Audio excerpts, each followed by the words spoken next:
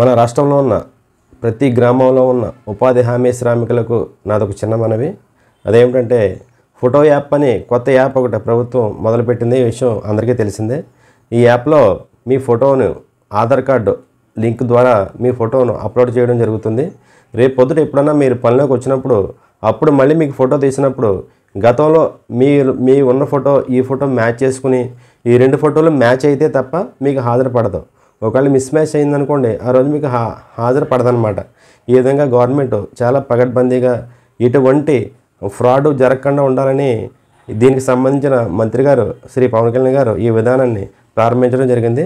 ఈ విధానంలో ప్రతి గ్రామానికి సంబంధించిన ఉపాధి హామీ శ్రామికుడు ఖచ్చితంగా మీ ఊరికి సంబంధించిన ఫీల్డ్ అసిస్టెంట్తో కానీ ఆ ఊరిలో ఉన్న మేట్లతో కానీ ఫోటోలు తీయించుకొని ఖచ్చితంగా అప్లోడ్ చేయించుకోవాల్సిన అవసరం ఉంది.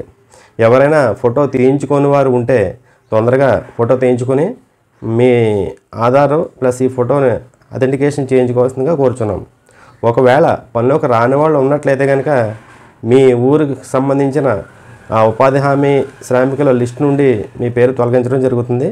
కాబట్టి వీలైనంత తొందరగా 2-3 రోజుల్లోనే మీరు మీ ఊరికి సంబంధించిన మేట్లతో కానీ ఫీల్డ్ అసిస్టెంట్తో కానీ మీ ఫోటో తీయించుకోవాల్సిందిగా కోరుచున్నాం.